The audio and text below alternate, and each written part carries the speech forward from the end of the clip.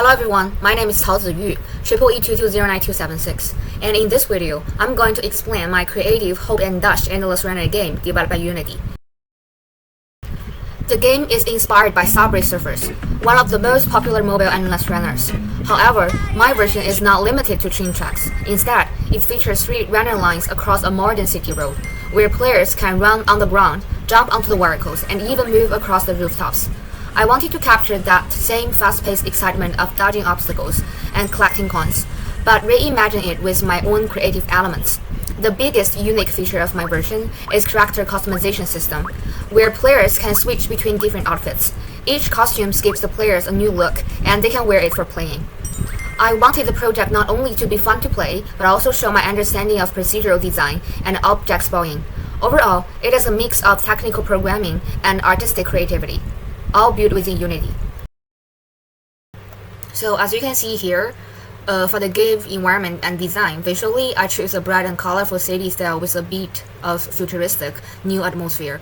And also the game takes place during sunset, so you can see this kind of pink and purple skies. So the overall level design is based on these 3 parallel runways, really like Subway Surfer, but happens in the city. So on the road, you might encounter a lot of barriers. For example, like this kind of short barriers, which you can jump through. And for this kind of high barriers, you need to roll underneath to pass. Also, you might encounter vehicles like this kind of truck or this kind of containers. For this, you can actually run on the top of it. But if you just directly crash or hit into that, then you will die instantly. There are 3 ways to die in my game. Firstly, as I mentioned before, if you hit on this kind of vehicles, or when you're gonna turn, you hit on the wall, then you will die directly. Second, I introduce a health system in my game. So each player has 3 lives in the game. If they hit on this kind of small barriers, like this or this, then they will lose 1 life. When all of the 3 lives are lost, they will die. And lastly is the timer. The whole duration of my game is 2 minutes. Of course, you can pick up some power-ups to add time during the gameplay, but if all of the time are running out, then the player will die. So now let's talk about the items inside the game. Firstly, we have this coin. So this is the basic collectible stuff inside the game for recording your score, overall score. And also we got this timer, which can add the time to your duration of the game. And also we have this magnet, which can attract the coins around the players during the specific time. Also we got this star, so when player pick it up, the value of their coins will be double. Lastly is this shell. So after the player gain this kind of shell, they will have this kind of icon on the top right corner, and later when they crash or hit into this or this kind of small obstacles, they won't lose their lives. Instead, the shell will break. To make this game endless, I make a lot of prefab of the environment. So each of them you can regard it as a component or a parton. The default one is the one that originally have, and later they will automatically generate the next partons, choosing from these 10 partons. So now let's talk about the script. This is my player controller script. So firstly, I'm gonna share like the movement and the land control. The first main system is the movement land logic. In this do move function, the player always move forward automatically using this. And also you can see here that the script calculates which line the player should be on, like left, middle, or right, using the variable current line. And it multiples that by the line distance to find the target position, and keeps aligning the character to the line every frame. This gives the game a smooth 3-line running motion. Second is the jump and roll. Here I have a get input functions which can handle the player's gestures. So when I sweep up, they will trigger the sound and also the animations. Here, they will have this to launch the characters upward based on physics.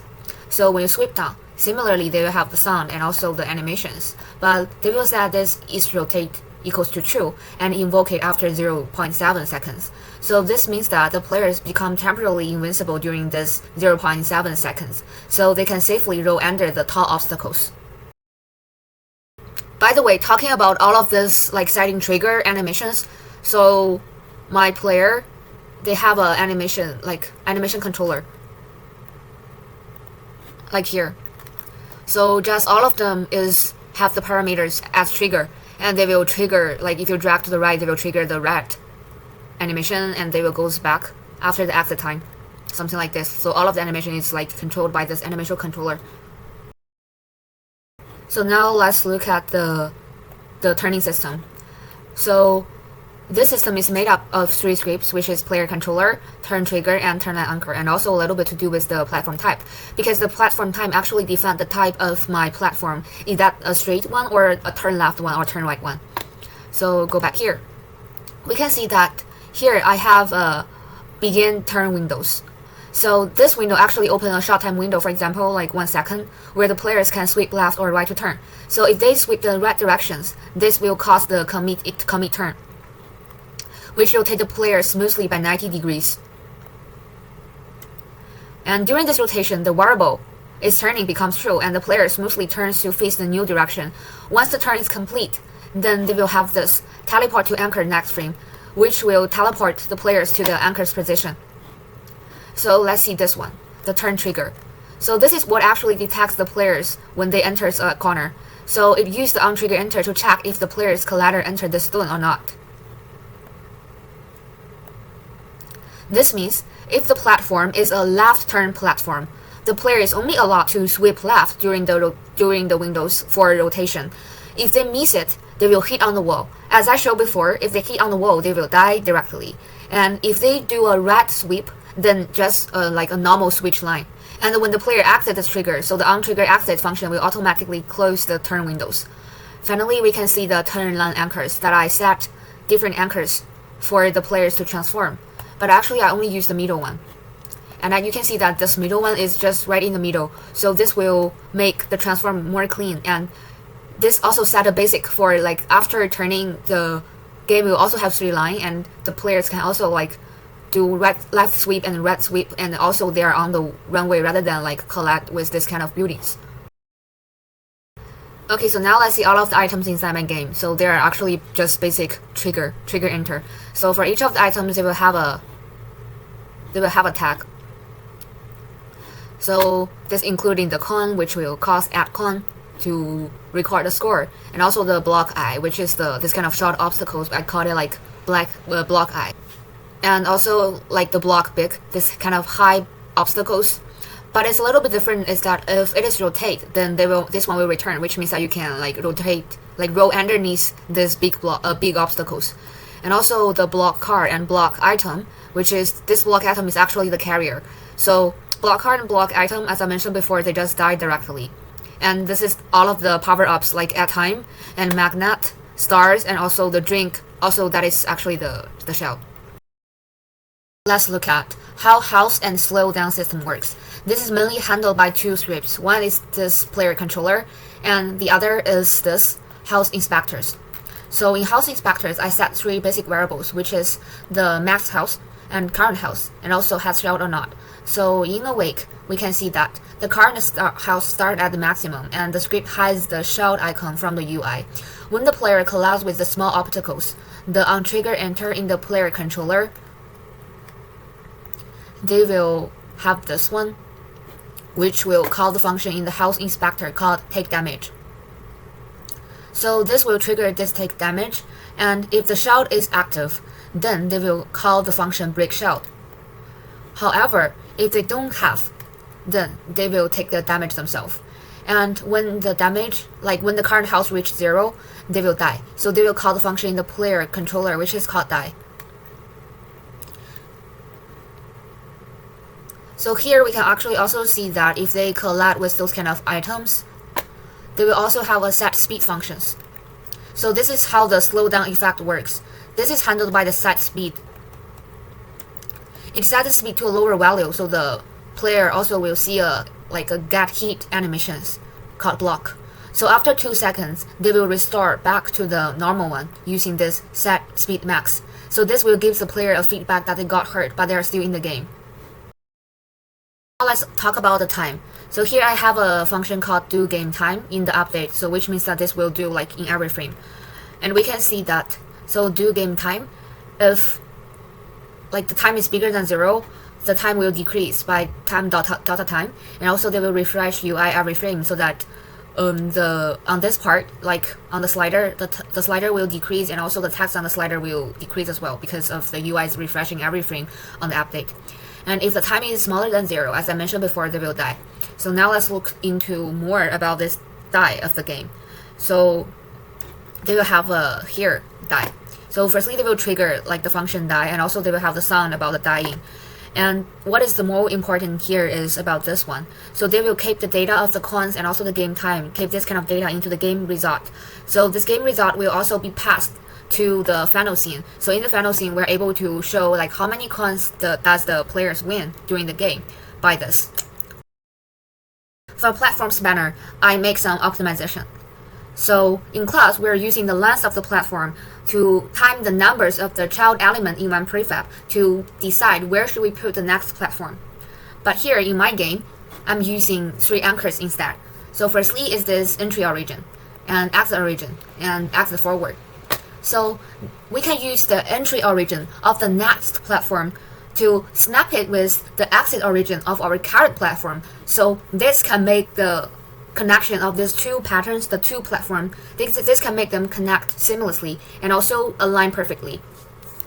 For exit origin and exit forward, these 2 together decide the direction of my next platform, because my endless runner, they contain the turning elements inside, so it's quite hard to collecting the data and record the turning to see like what direction should I put the next platform. So I just use this exit origin and exit forward instead, which will make the coding part easier. So let's see more in detail in the code. So here is my platform spanner script. As you can see at the top, I define a list of the prefabs, a reference to the players, and some distance settings. So here, this one actually means that whenever the player gets within the 30 units of the next spawn point, the game will automatically generate the next platform section.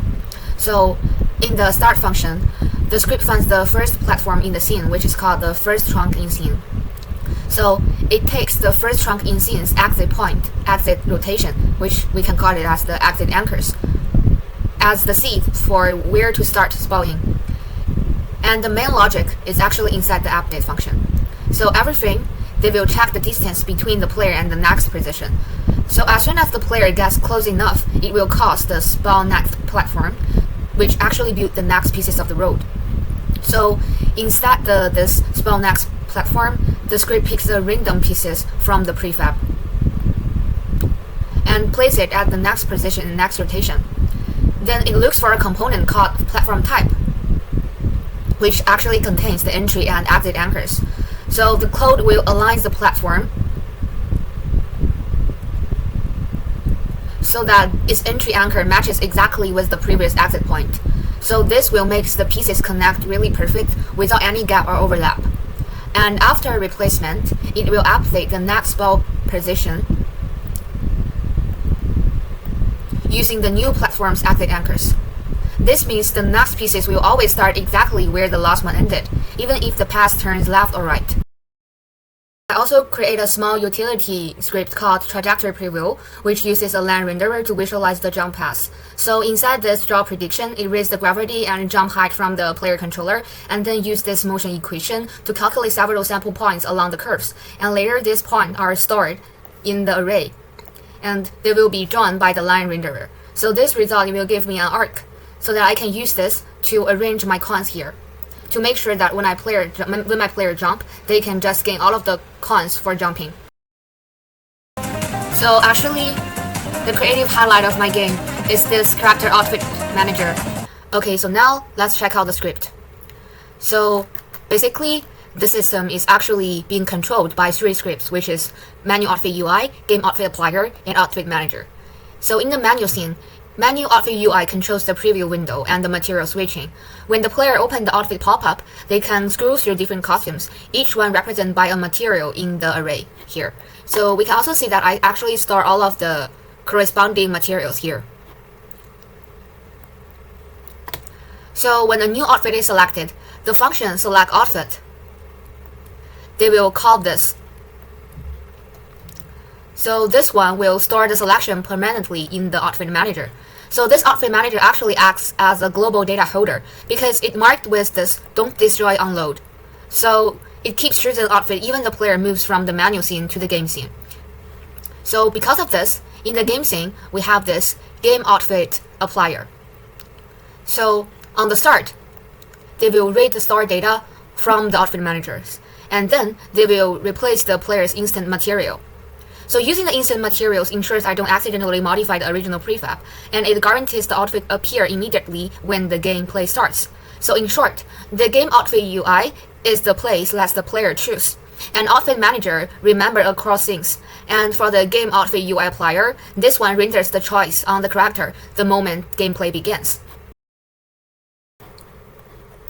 So in conclusion, developing this endless runner game has been a valuable learning experience that combines both creativity and technical problem solving. Through the process, I learned how different systems like movement, obstacle spelling, health management, and customization them all work together to create a complete gameplay loop.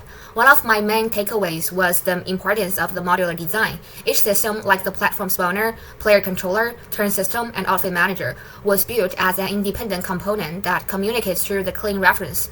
This made the project much easier to debug, expand, and balance during the development. I also deepened my understanding of game physics and player feedback, especially turning jump height, gravity, and timing animation to make the control feel more responsive and natural. The addition, custom outfits give the players a sense of identity and personalization, while teaching me how to use the persistent data to characterize between scenes. From a creative point of view, I didn't want to simply copy Subway Surfers. Instead, I designed my own urban style, bright, new colorfuls, soft reflections, and a smooth camera flow that makes the gameplay fast but visually clear.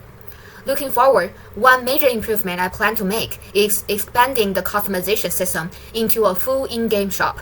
Players will be able to save their collected coins permanently and use them to unlock the new outfits or accessories. This would give the game stronger progressions and motivations, turning each run into not just a challenge, but a step forward visual rewards.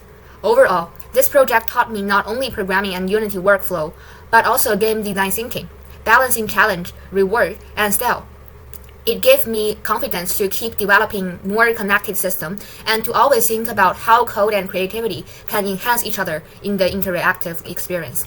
Thank you so much for listening.